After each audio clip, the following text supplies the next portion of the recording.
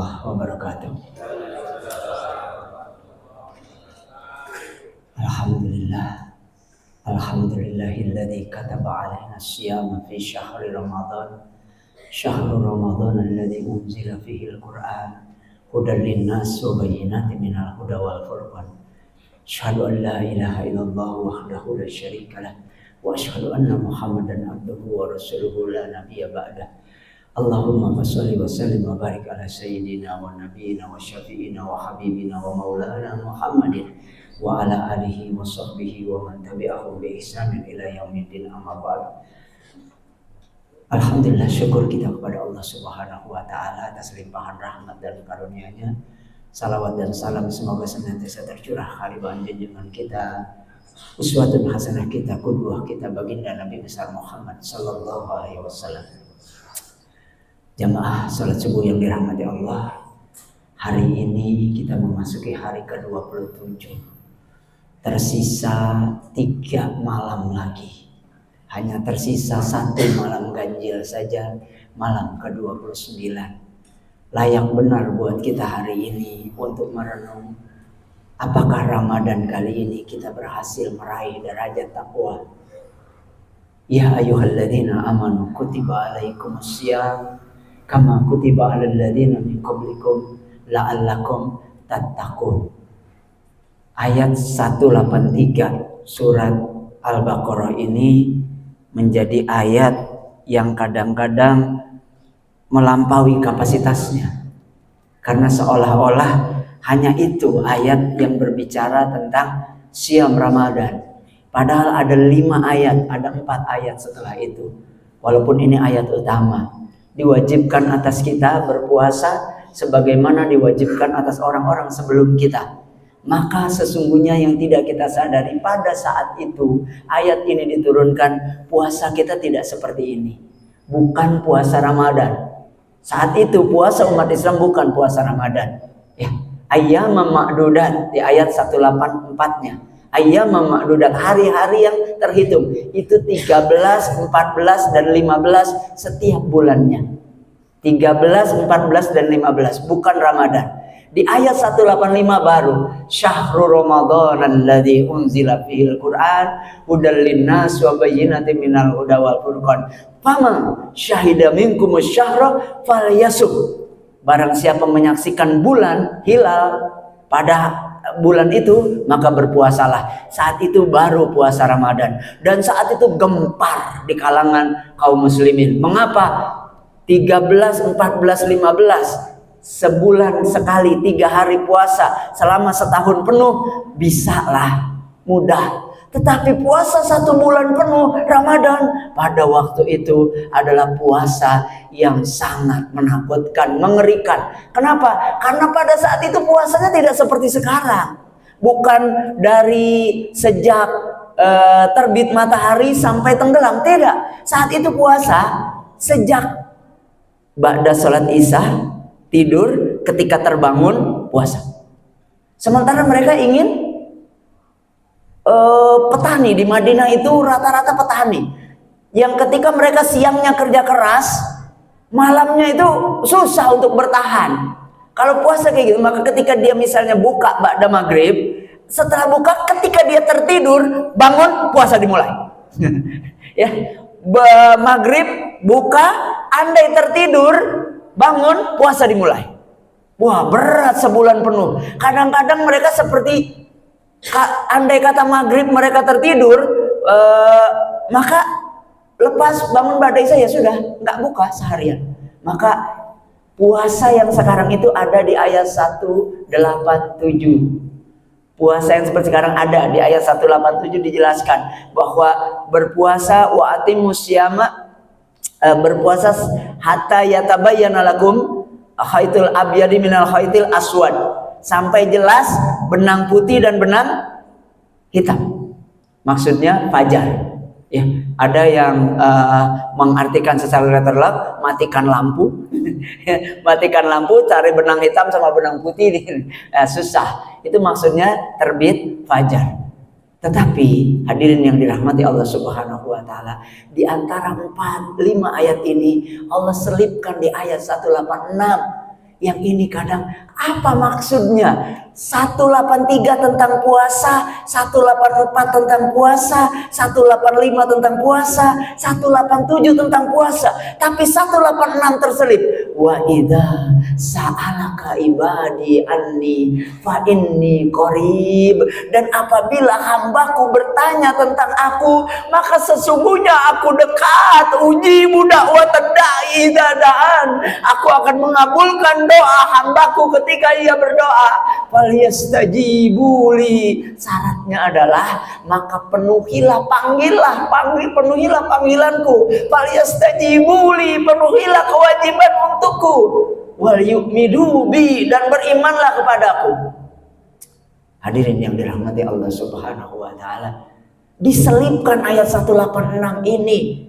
Andai kata di 183 kita dapatkan la'allakum tattaqun, maka Allah akan dekat dengan kita, dan ketika kita berdoa Allah akan kabulkan.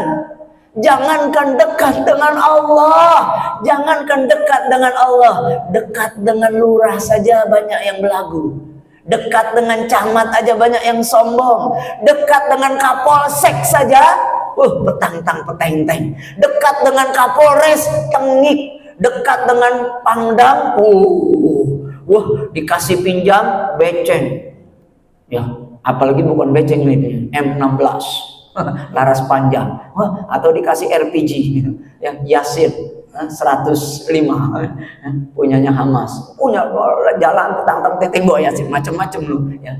Dekat dengan manusia hebat saja kita bisa tenang bangga, cenderung sombong. Bagaimana dekat dengan Allah? Wa idza sa'alaka ibadi fa inni qarib. Dan bukan cuma dekat, tetapi ujibu da'watad da'i idza da'an. Allah mengatakan aku akan penuhi permintaannya ketika dia meminta. Bayangkan, andai Prabowo Subianto dekat dengan kita dan mengatakan minta apa lu gue kasih, ya kan? Minta mobil Maung, mobilnya berapa, Masya Allah. Hadirin yang dirahmati Allah Subhanahu wa taala, tersisa 3 hari. Sudahkah, akankah kita meraih derajat takwa? Mari kita tengok diri kita masing-masing. Masih adakah kesombongan di dada kita? Maaf, sombong itu urusan hati. Banyak orang sombong yang tidak sadar dirinya sombong. Bisa jadi yang berdiri di depan saat ini pun sedang sombong.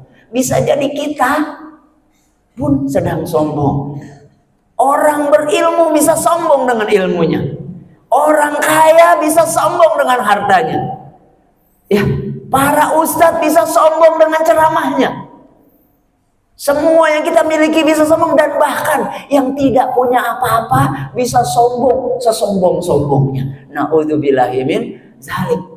Dan apa yang bisa didapatkan dengan orang yang sombong? Iblis laknatullah, asal namanya Azazil, sudah dikategorikan malaikat padahal dia bukan malaikat. Dia itu jin yang amat sangat solehnya, saking teramat solehnya mendapatkan kedudukan seperti malaikat, sehingga ketika Allah perintahkan kepada para malaikat, sujudlah kalian kepada Adam, maka iblis dari golongan jin Azazil itu punya kewajiban untuk ikut sujud, padahal dia bukan malaikat, karena saking tingginya derajatnya, karena kuatnya amal ibadahnya. Namun dia mengatakan kecewa, dia dengki kepada Adam. Kenapa? Saya sudah ibadah seperti ini anak cucunya akan berbuat kerusakan. Anak cucunya di bumi akan berbuat kerusakan. Kenapa enggak saya yang jadi khalifah?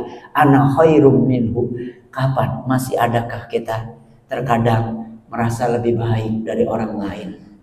Maaf hadirin yang dirahmati Allah, sesoleh apapun kita, selagi masih hidup belum tentu kita ini ahli surga. Kenapa? Di hari terakhir kehidupan kita tidak tahu. Sebejat apapun orang yang kita rendahkan, selagi dia masih hidup belum tentu dia ahli neraka. Bisa jadi di akhir kehidupannya dia akan bertobat, Dan kita yang sepanjang umur kita menjadi pengurus masjid, sepanjang umur kita menjadi muazin, menjadi imam, belum tentu.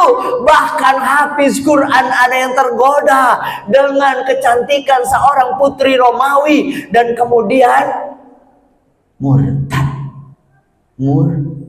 Na'udzubillahi min zalik. Tapi yang murtad bukan hafiz Quran lebih banyak. Jadi yang hafiz Quran jangan terlalu khawatir. Yang murtad hafiz Quran cuma satu, ya kan? Jangan terlalu khawatir, tapi juga jangan sombong. Yang nggak hafiz apalagi jangan sombong. Tuh lihat, hafiz Quran aja murtad. Ya, mendingan gua nggak hafiz, ya kan? Tidak demikian.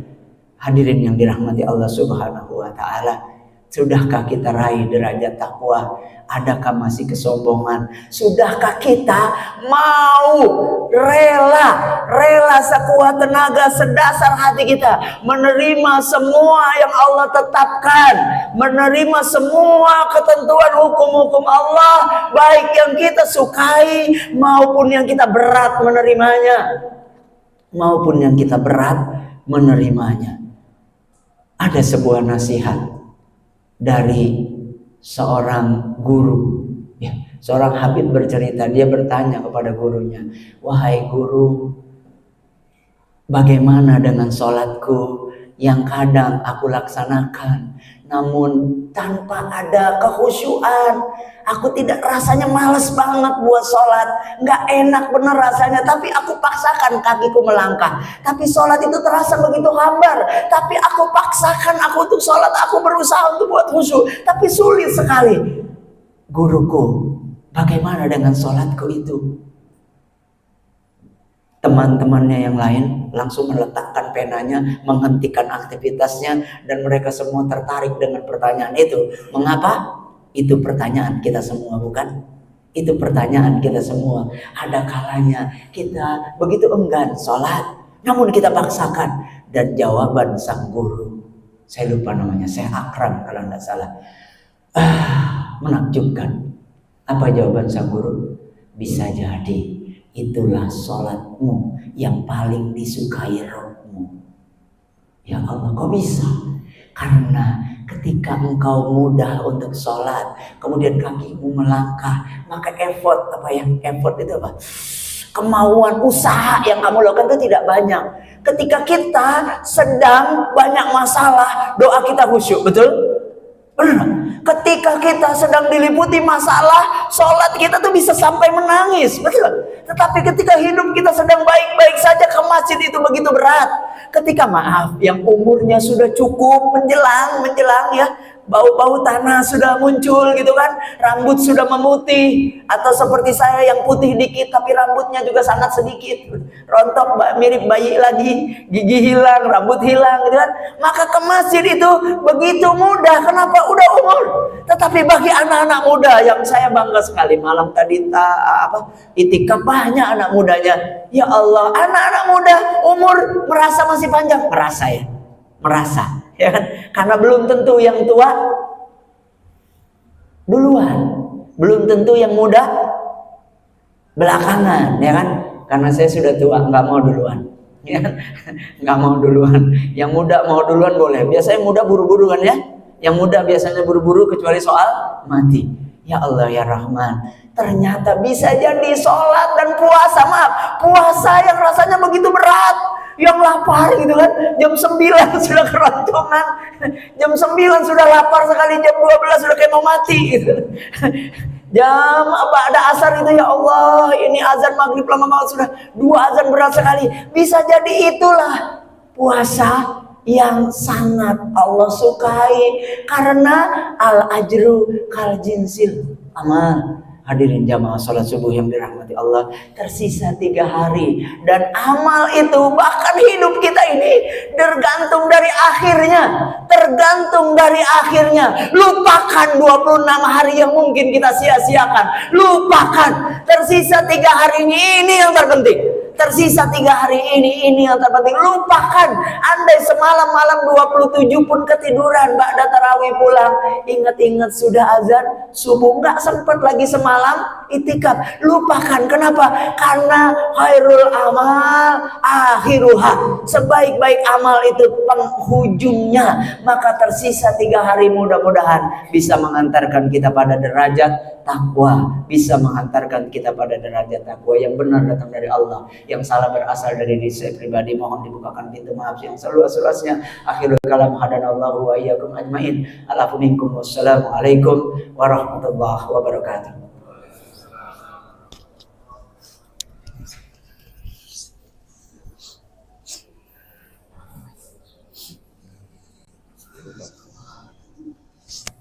Allah.